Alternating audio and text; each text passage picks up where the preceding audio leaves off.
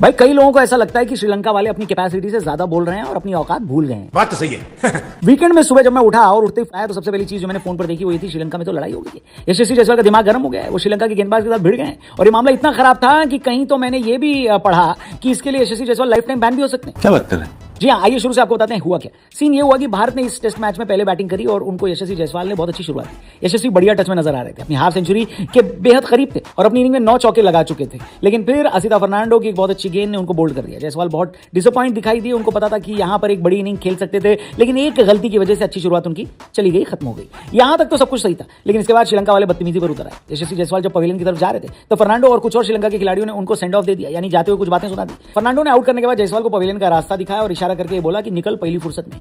जायसवाल को यह बात अच्छी नहीं लगी और उन्होंने पलटकर श्रीलंका वालों को भी कुछ बोल दिया। फर्नांडो ने उनकी थोड़ी बहुत उनसे झड़प भी हो गई और यशस्वी का जो हेलमेट है वो फर्नांडो के माथे पर लगा। जब देखा कि टेंशन बहुत ज्यादा बढ़ गई तो श्रीलंका के कप्तान धनंजय डिसिल्वा ने बीच बचाव करके सिचुएशन को लाइट करने की कोशिश करी, लेकिन क्योंकि मामला फिजिकल हो गया था तो यहां पर कुछ तो सजा दोनों खिलाड़ियों को मिलेगी। क्रिकेट में आप जब तक मुंह से बात कर रहे हैं, कुछ भला बुरा बोल रहे हैं, तब तक मामला हाथ से नहीं निकलता, लेकिन अगर फिजिकल हो जाओ तो यहां पर दो लड़ने वाले खिलाड़ी एक दूसरे को अगर टच कर दें तो नियम के हिसाब से 5 टेस्ट मैच या 10 वनडे मैच से लेकर लाइफ टाइम बैन भी लग सकता है। हालांकि ये मामला इतना बुरा नहीं है कि यशस्वी को बैन ही करना पड़े, लेकिन डेफिनेटली आप कल तक जो सजा दी जा रही है उसके बारे में कुछ जरूर सुनेंगे। टॉस जीता और कुलदीप यादव को बाहर करके टीम इंडिया ने सारांश जैन को खिलाने का फैसला लिया।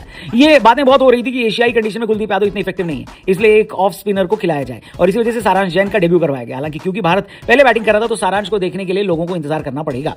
देखने वाली चीज वैसे यशस्वी जायसवाल ने दिखाई दी, जो कि बहुत कंफर्टेबल दिख रहे थे और ऐसा लग रहा था कि पिछले कई टाइम में उनका जो बल्ला नहीं चला था फाइनली चल जाएगा। केएल राहुल फिर से जल्दी आउट हो गए, लेकिन जायसवाल बैक टू बैक बढ़िया शॉट दिखा रहे थे और खेल रहे थे, लेकिन फिर असिता फर्नांडो ने उनको बोल्ड कर दिया। उसके बाद दिन का जो सबसे बड़ा ड्रामा था वो हमें मैच में देखने को मिला। लेकिन इस पूरे सिनारियो में इंडियन क्रिकेट फैंस को लग रहा है कि ये श्रीलंका वालों को हमसे कुछ ज्यादा ही दिक्कत नहीं हो रही है। अभी 1.5-2 महीने पहले से ये हमको इंडिया ए टूर पर देखने को भी मिली थी सेम चीज, जब श्रीलंका वालों ने वैभव सूर्यवंशी को सेंड ऑफ दिया था और फिर बिल्कुल ऐसी ही झड़प देखने को मिली थी। तब भी श्रीलंका वाले बदतमीजी पर उतर आए थे और बाद में कई न्यूज रिपोर्ट ने यह भी बताया कि ये उनका पहले से प्लान था कि वो वैभव सूर्यवंशी को परेशान करेंगे और इस तरह से उनको स्लेज करेंगे। हो सकता है यही प्लान यशस्वी के खिलाफ भी उन्होंने बनाया हो। आपको क्या लगता है? इस पूरे मुद्दे पर कमेंट करके बताना। वैसे भी श्रीलंका और पाकिस्तान वालों की कुछ ज्यादा ही दोस्ती हो गई है, हो सकता है इंस्ट्रक्शंस ऊपर से आ रहे हो, समझे? अरे देवा, ये गड़बड़ है बाबा।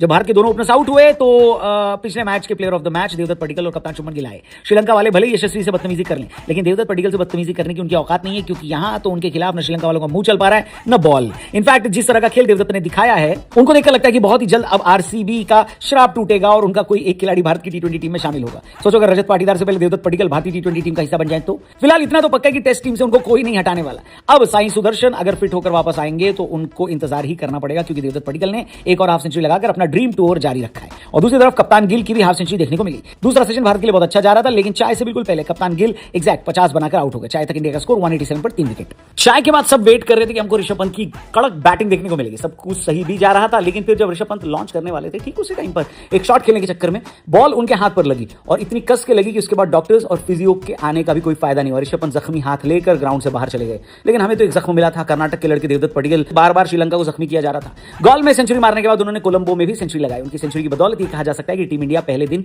टेस्ट मैच में जो फर्स्ट डे था उसमें आगे है। हालांकि आखिरी सेशन में ऋषभ पंत के रिटायर्ड होने के बाद देवदत्त भी आउट हुए और उसके बाद जडेजा भी आउट हुए, लेकिन दिन का खेल खत्म होने तक ध्रुव जुरैल और डेब्यू करने वाले सारांश जैन क्रीज पर हैं मौजूद और भारत का स्कोर दिन का खेल खत्म होने तक 300 रन हो गया है। 5 विकेट जा चुके हैं। मेरे हिसाब से डे 1 में 300 काफी डिसेंट टोटल है। आपको पहले दिन की हाईलाइट क्या लगी कमेंट करके बताना। कल सबकी निगाहें सारांश जैन पर रहेंगी। यशस्वी जायसवाल पर भी अपडेट लेकर हम कल का दिन जब खत्म होगा ना उसके बाद आ जाएंगे।